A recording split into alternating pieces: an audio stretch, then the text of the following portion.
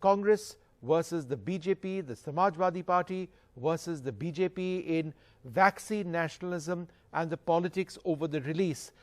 Joining us now, Milind Deora joins us as also Tuhin of the BJP. I'd like to thank both of you very much for being with us, Tuhin Sinha and Milind Deora. Milind, let me come to you first.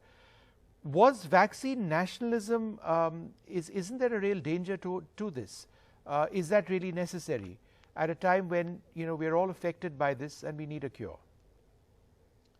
So Vishnu, thank you for having me. I would request you to give me a little more time because I have to leave a little early after I make my initial comments. I was told the show was at 9 p.m. All I would say is this. I would say that your introductory remarks that there's politics over the vaccine, I think is most unfortunate. I don't think that there should be politics over an issue like public health care. Firstly, I'm glad that politicians are debating an issue like public health. I mean, normally we spend a lot of time or we waste a lot of time debating irrelevant issues relating to religion and caste. So it's good for a change if politicians across different political parties are having a constructive conversation on an issue surrounding public health and especially pertaining to a vaccine. Because today people are hopeful that the coronavirus pandemic could be a few months away from being permanently behind us. There are great innovations and R&D in the area of vaccinations, of therapeutics. All of us as Indians are proud that Bharat Biotech has developed at an advanced stage, is already at an advanced stage, it's in phase 3 trials, has developed an indigenous vaccine. It's not just manufacturing the vaccine in India, but it's a homegrown, indigenously developed vaccine. That's a matter of great pride for every Indian. And I think that all I would say is that it's unfortunate that certain political parties and politicians have made irresponsible statements in the last 1 or 2 days, calling it an opposition vaccine or a BJP vaccine or a vaccine that belongs to a particular political party is extremely unfortunate. It's not becoming of any political party or any political leader.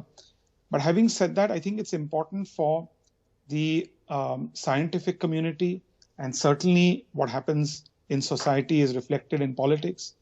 So for people to ask the government certain questions, while we are all proud that Bharat Biotech is India's only, or let me say it's the first homegrown indigenously developed vaccine. Yeah.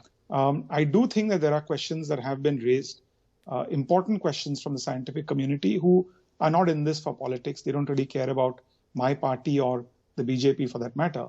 But I've asked why and how a vaccine has moved so quickly, wherein while phase 2 and phase 3 trials are currently being conducted, and they may be a few months away from being completed, that it's received emergency use.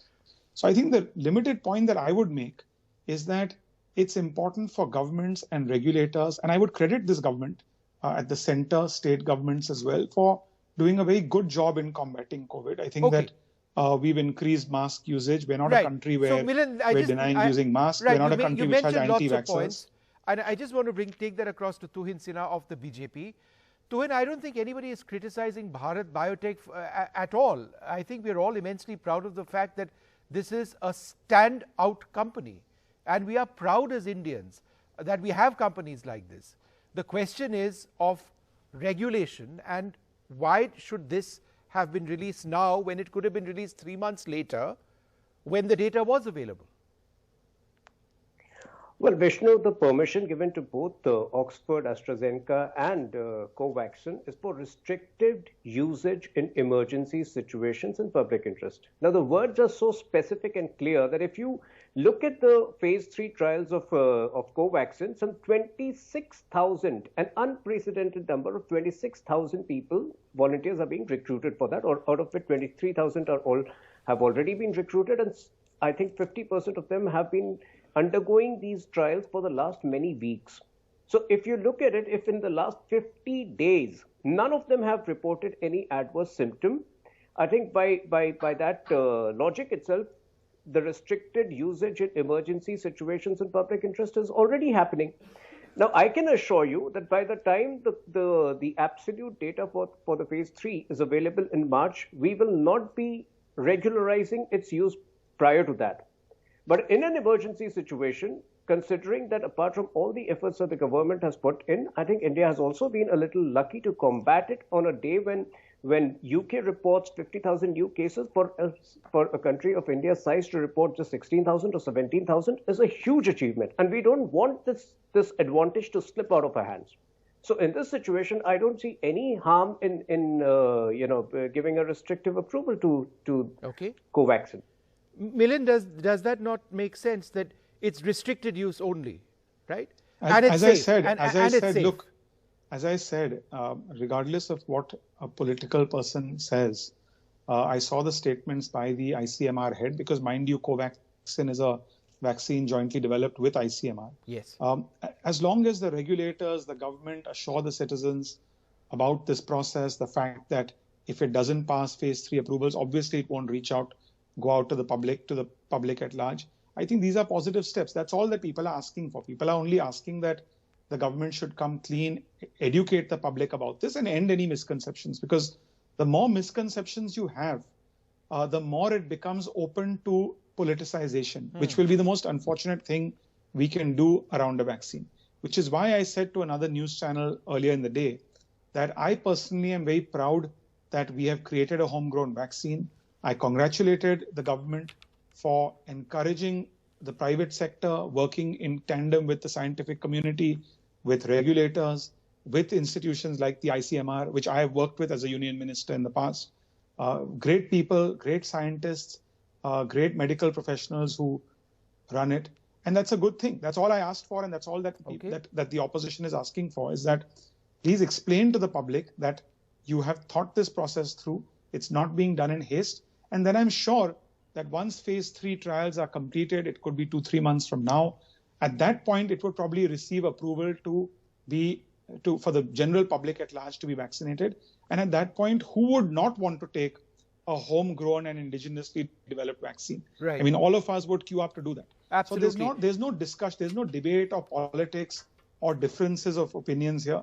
I think it's a constructive discussion. Maybe some politicians from different parties have made irresponsible statements. That's not something that my party represents. It's certainly not something that a view that I represent. All right. I think at a constructive level, we want a discussion. We want people's fears, concerns to be assuaged so that people can go forward once this vaccination process begins in the right earnest, with full confidence, and can get vaccinated and come back to normal as quickly as possible. Thank you. Tuhin, last word to you. The process of transparency, isn't that what this is all about? Should the regulator not actually have taken questions when you're releasing 2 drugs? Is that not something which has triggered this battle, this war of words now? It's unfortunate. Should there not have been more transparency, more explanation, more revelation of data, public data on whether it's serum or this? What's wrong with that, right? See, the vaccine approvals across the world at this point of time, whether it is Moderna or whether it is Pfizer, they've all taken place in unconventional situations. We haven't followed the process of 5 years. So yes, I mean, all the queries which people have, that will be addressed. But yesterday, when Shashi Tharoor, made that tweet had a very clear accusatory nature that had malafide interest. He accused the Covishield of not meeting the data. Now, like I pointed out, if you just compare the phase 3, the number of volunteers who were part of AstraZeneca trial in India, which is mere 1,700, and if you compare it with 26,000 people, I think that by itself, the very fact that not a single of the 26,000 recipients of the phase 3 trials have reported any negative symptom or any negative effect, that is a huge reassurance. So I think you need to trust the government a little more. Yes, I mean, we are ready to answer all the questions, but probably I think the government did not anticipate the immediate accusatory nature of some of the tweets which politicians like Akhilesh and politicians like Shashi Tharoor made. All of them, unfortunately, are not as sorted as sensible as Milind may sound. All right. I'd like to thank you, Tuhin, very much. Milind's left us. I'd like to thank you very much for being with us. I think it's important that we keep this conversation alive at the level of science and regulation, even if the spokespeople are our political leaders, because this is all about science and healthcare at the end of the day. run out of time. Thanks very much for being with us. Goodbye.